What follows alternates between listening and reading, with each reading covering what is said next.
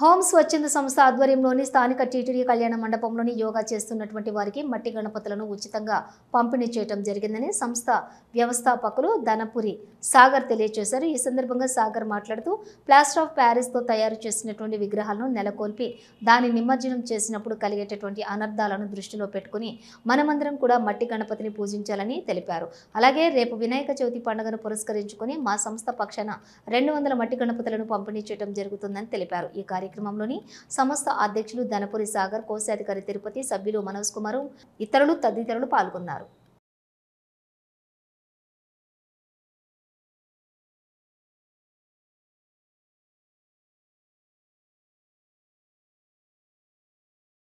Home స్వచ్ఛంద సంస్థ ఆధ్వర్యంలో ఈరోజు స్థానిక టీటీడీ కళ్యాణ మండపంలో యోగా చేస్తున్నటువంటి యోగా వ్యక్తులందరికీ కూడా ఆ సంస్థ పక్షాన మట్టి గణపతులను పంపిణీ చేయడం జరిగింది।